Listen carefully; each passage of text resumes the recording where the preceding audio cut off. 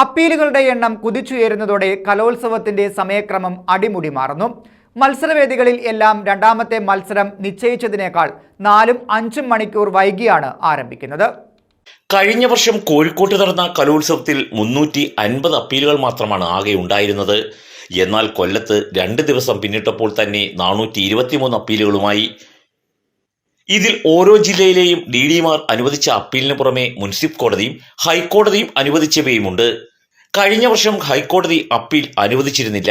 ഇത്തവണ ഹൈക്കോടതി അപ്പീലുകൾ അനുവദിച്ചതോടെയാണ് എണ്ണം കുത്തനെ ഉയരാൻ കാരണം. പുലർച്ചെ 2 മണിവരെ അപ്പീലുമായി മത്സരാർത്ഥി എത്തി. റിസൾട്ട് തൽക്കാലം പ്രസിദ്ധീകരിക്കേണ്ടതില്ലെന്ന വ്യവസ്ഥയോടെയാണ് ഹൈക്കോടതി അപ്പീലിന് അനുമതി നൽകിയത്. പിന്നീട് ഹർജി പരിഗണിക്കുമ്പോൾ ഇവരുടെ ജില്ലയിൽ നിന്ന് 1-ാം സ്ഥാനം നേടി എത്തിയവരെക്കാൾ കൂടുതൽ മാർക്ക് സംസ്ഥാന കലോത്സവത്തിൽ ലഭിച്ചാൽ മാത്രമേ അപ്പീൽ അന്തിമമാവുകയുള്ളൂ. ഹയർ സെക്കൻഡറി സംഘനൃത്തത്തിലാണ് ഏറ്റവും കൂടുതൽ അപ്പീലുകൾ വന്നത്. 14 ടീം പങ്കെടുക്കേണ്ടിടത്ത് 34 ടീമുകൾ ഉണ്ടായിരുന്നു. ഇതോടെ മത്സരം പുലർച്ചെ 4 വരെ നീണ്ടു.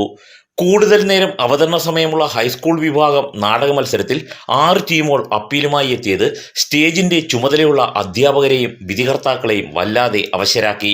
വ്യക്തിഗത നൃത്ത ഇനങ്ങൾക്കും ഗ്രൂപ്പ് ഇനങ്ങൾക്കുമാണ് ഏറ്റവും കൂടുതൽ അപ്പീൽ വരുന്നത്. എന്നാൽ അപ്പീലുകളുടെ എണ്ണം കാരണം മത്സരം നീണ്ടത് ഒരു രീതിയിലും തൊട്ടടുത്ത ദിവസത്തെ മത്സരം ആരംഭിക്കുന്നതിന് ഇതുവരെ ബാധിച്ചിട്ടില്ല. ന്യൂസ് ബ്യൂറോ, കൊല്ലം.